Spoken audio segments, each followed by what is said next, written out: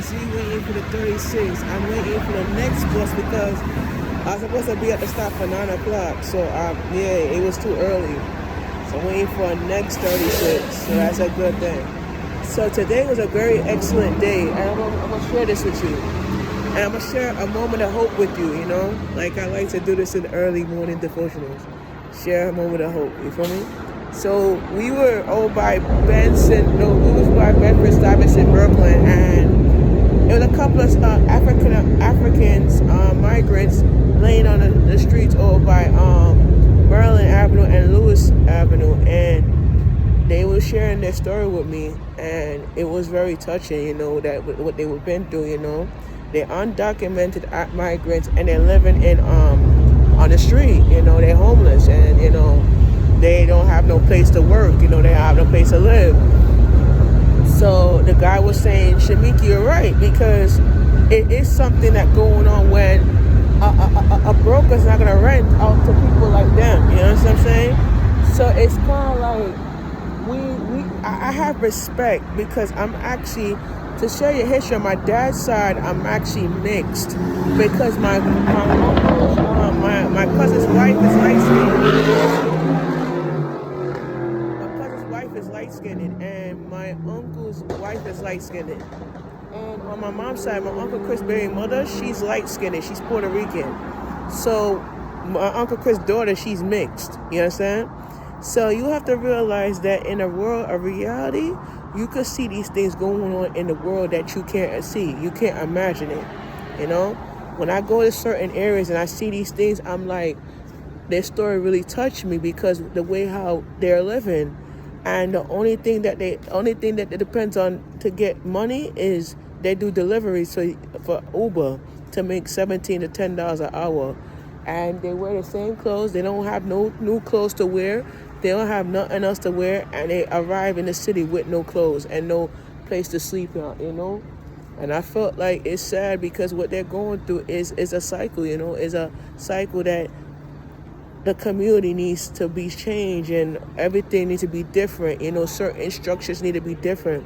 So when I look at that, the way how I look at it, the way how I see it, is like people don't understand what they're going through, and you don't know their story, you know?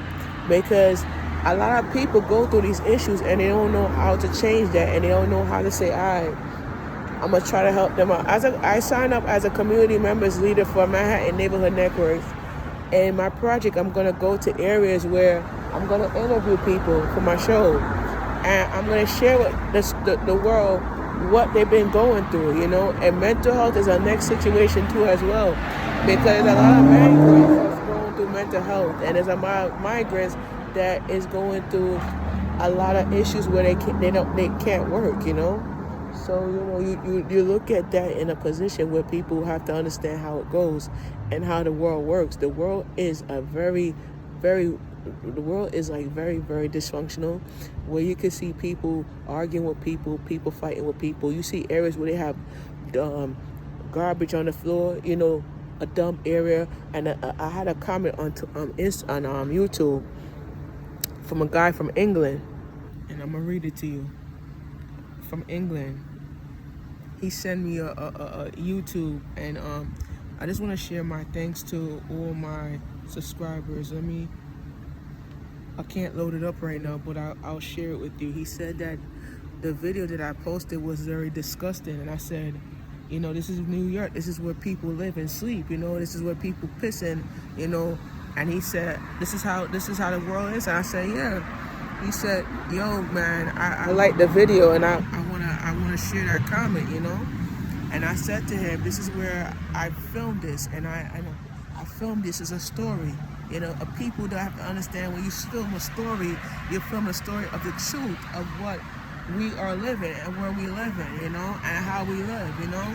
I feel like the world is not so great. The world is not so good, because when you look at it this way, when you look at the world, you look at the world differently, and when you see the world differently. So if I understand what people are going through, you don't express it differently, you know. And I think that in reality, it's about truth and, you know, truth and make it truth, you know. And I'm actually officially a community members leader for the Manhattan Neighborhood Networks. I'm actually going to start co-hosting a show. So it's a blessing that, we're doing it, and we're just, having a good time at the studio. And I've been out filming every night, so I'm working every night, and I've been doing a lot of projects coming up soon. And next year, 2025, will be another project I'm working on. It's a podcast called Mental Health. Is a mental health broadcast where we interview people, and we're doing a lot of interviews and a lot of going on. We send journalists, people out to different areas, and we actually film them. We film the people that they interview, and we actually shoot it on the studio. And it's a very good opportunity. Hold on one second. It's a very good opportunity. Hold on one second. I'm on my way home now. I'm on my way home now. You're gonna get it tomorrow. I'm on my way home now. When I get in the house, I'll call you. No. I said I'm on my way home now. I'm about to get on the bus. When I get home, I'll call you.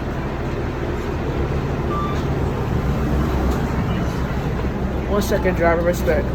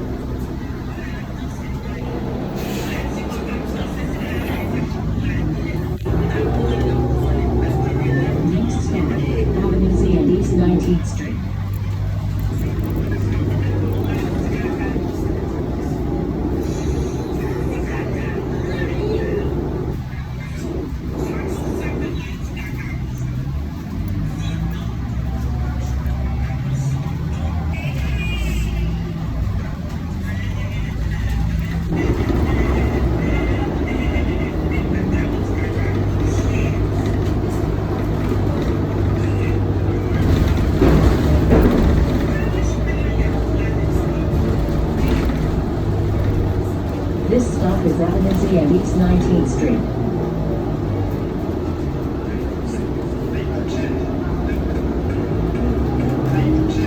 Next stop, Residency and Ocean Avenue.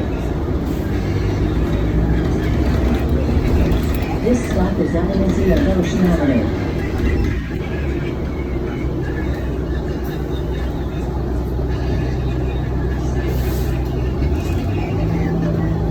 Please exit through the blue door.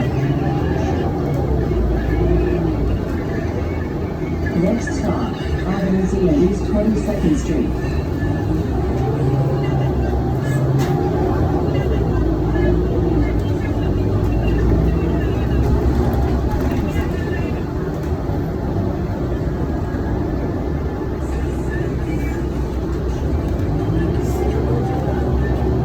This stop is Residency and East 22nd Street.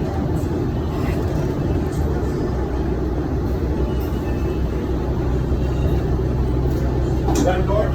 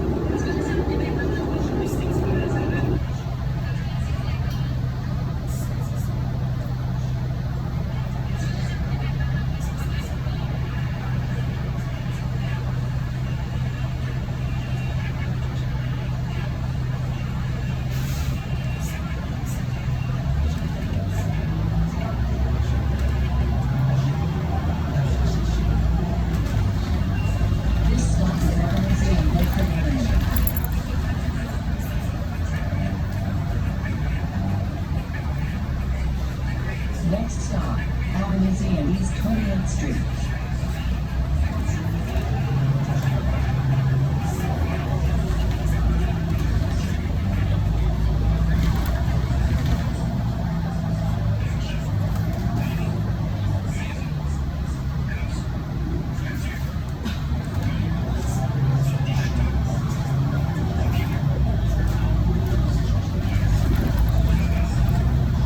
Please exit through the rear door.